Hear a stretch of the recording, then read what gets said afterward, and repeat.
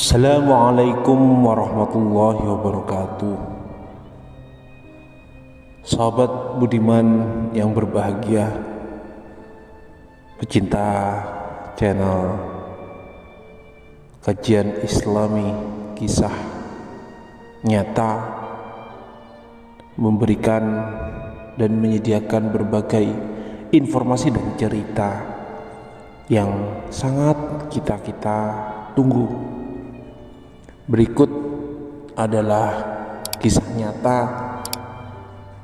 yang dialami seorang perempuan, yaitu janda, 2 anak, sendirian berjuang membesarkan dan hingga mengkuliahkan ke perguruan tinggi bersama 2 putranya. Simak selanjutnya.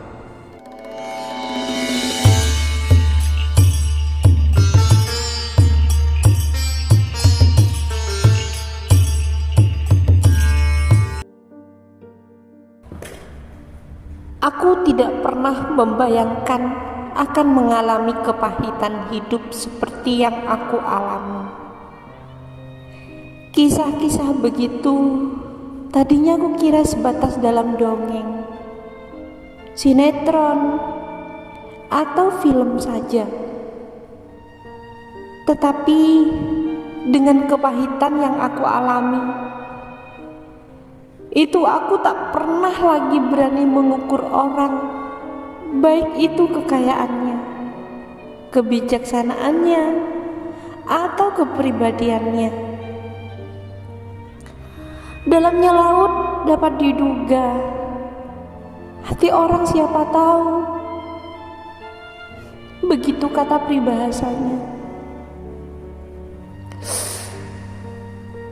Aku bercerai dengan suamiku pada tahun 1987. Suamiku adalah sosok orang yang terpandang di sebuah institut pengadilan agama. Perkawinan yang kandas itu tak terhindarkan ketika perahu rumah tangga kami tak lagi dapat dipertahankan. 2 anak hasil perkawinan itu ikut denganku.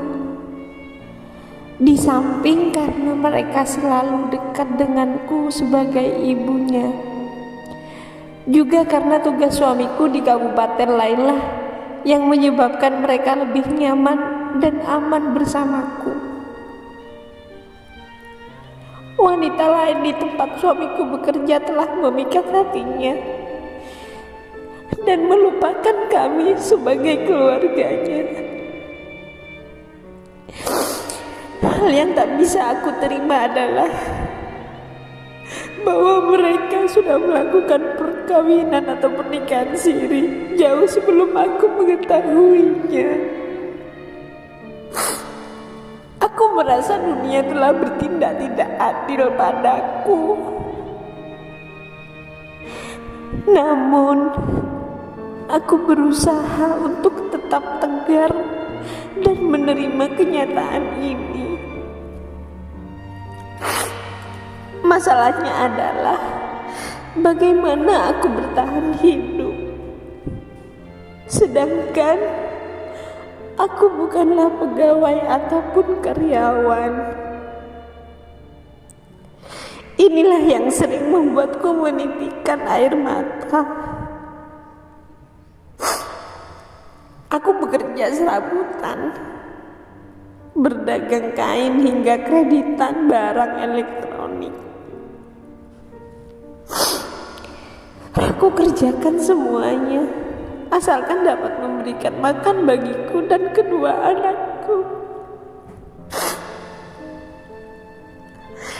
Aku bertekad menyekolahkan kedua anakku agar bisa mencapai kedudukan tinggi.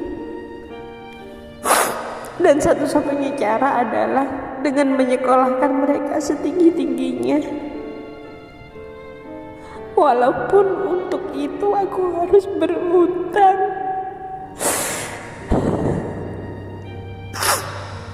Selama ini kami tinggal di sebuah komplek perumahan.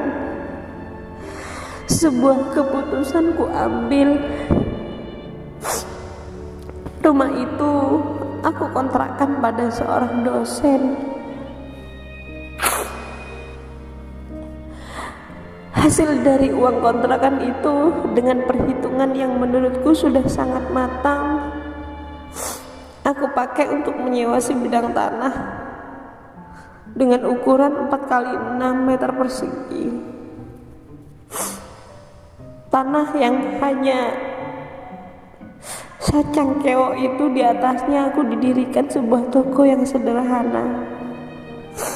Aku menyewanya selama 5 tahun. Menghitung kemampuan modal dan menilik anak-anakku yang baru lepas SMA. Karena letak tanah itu dekat dengan perkantoran dan sekolah, maka aku pun memulai usaha dengan anak-anak dan dengan berjualan alat tulis juga kertas. Terpikir juga untuk membuka usaha fotokopi, tapi modalnya sangat tidak cukup karena rumah sendiri sudah kukontrakkan pada orang lain. Aku boyongan kembali ke rumah orang tua sendiri. Di sini yang menempati rumah orang tua hanya tinggal adikku sendiri. Ia mengerti kemauanku. Mula-mula usahaku lancar saja. Malah kebutuhan akan ATK aku rasa memang sangat dibutuhkan di sini. Mulailah aku membeli partai besar untuk persediaan. Namun apa yang terjadi sungguh di luar dugaan. Pemilik tanah yang di rumahnya berseberangan rupanya mencium angin bisnisku yang mulai maju. Ia pun lalu membuka toko yang hampir sama persis dengan usahaku, bahkan lebih lengkap disertai dengan mesin fotokopi. Disitulah habis usahaku. Barang-barang menumpuk tak terjual. Pulpen banyak yang mengering tintanya. Buku-buku menguning dan pucat warnanya terkena sinar matahari. Aku kelimpungan. Ya Tuhan, harus bagaimana aku? Pernah dalam satu hari aku tak mendapatkan pembeli satupun. Namun Tuhan rupanya punya cara tersendiri dalam hal menolongku.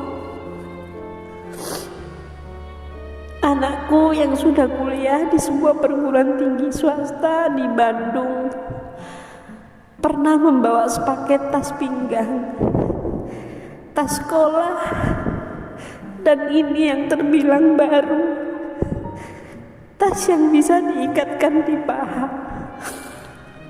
Segera saja itu jadi tren di kalangan anak muda.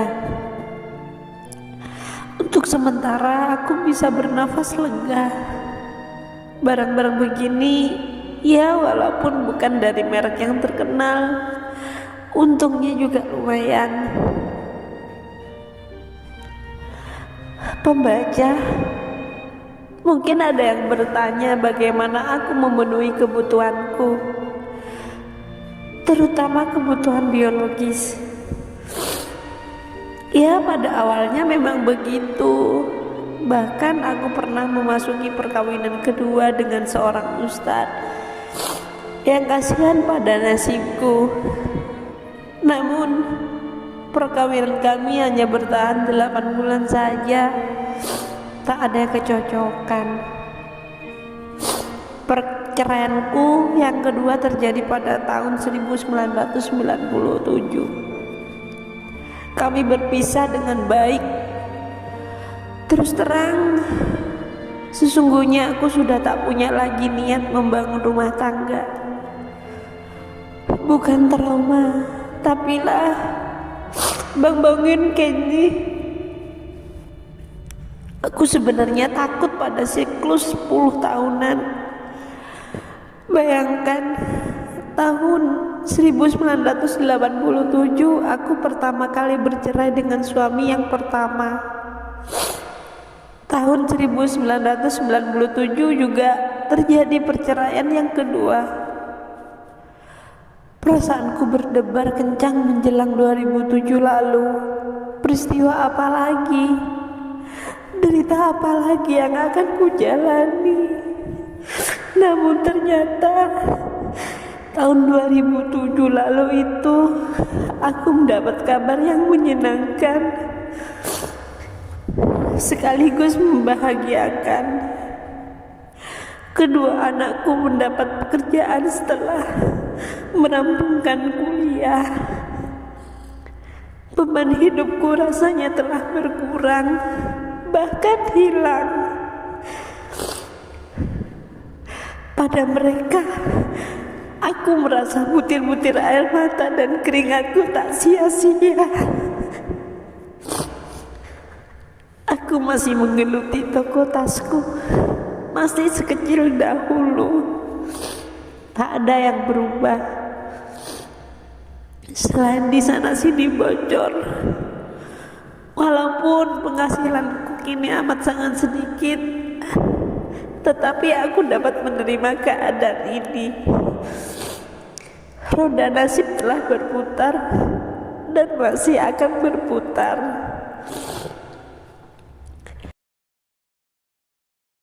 Itulah sebuah cerita kisah nyata yang dialami oleh sosok ibu, ya, sosok janda dua anak yang bisa bertahan sendirian dengan menyekolahkan hingga kedua anaknya lulus di tingkat perguruan tinggi.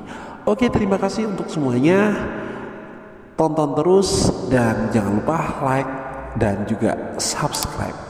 Kita tunggu kisah nyata dan cerita berikutnya. Wassalamualaikum warahmatullahi wabarakatuh.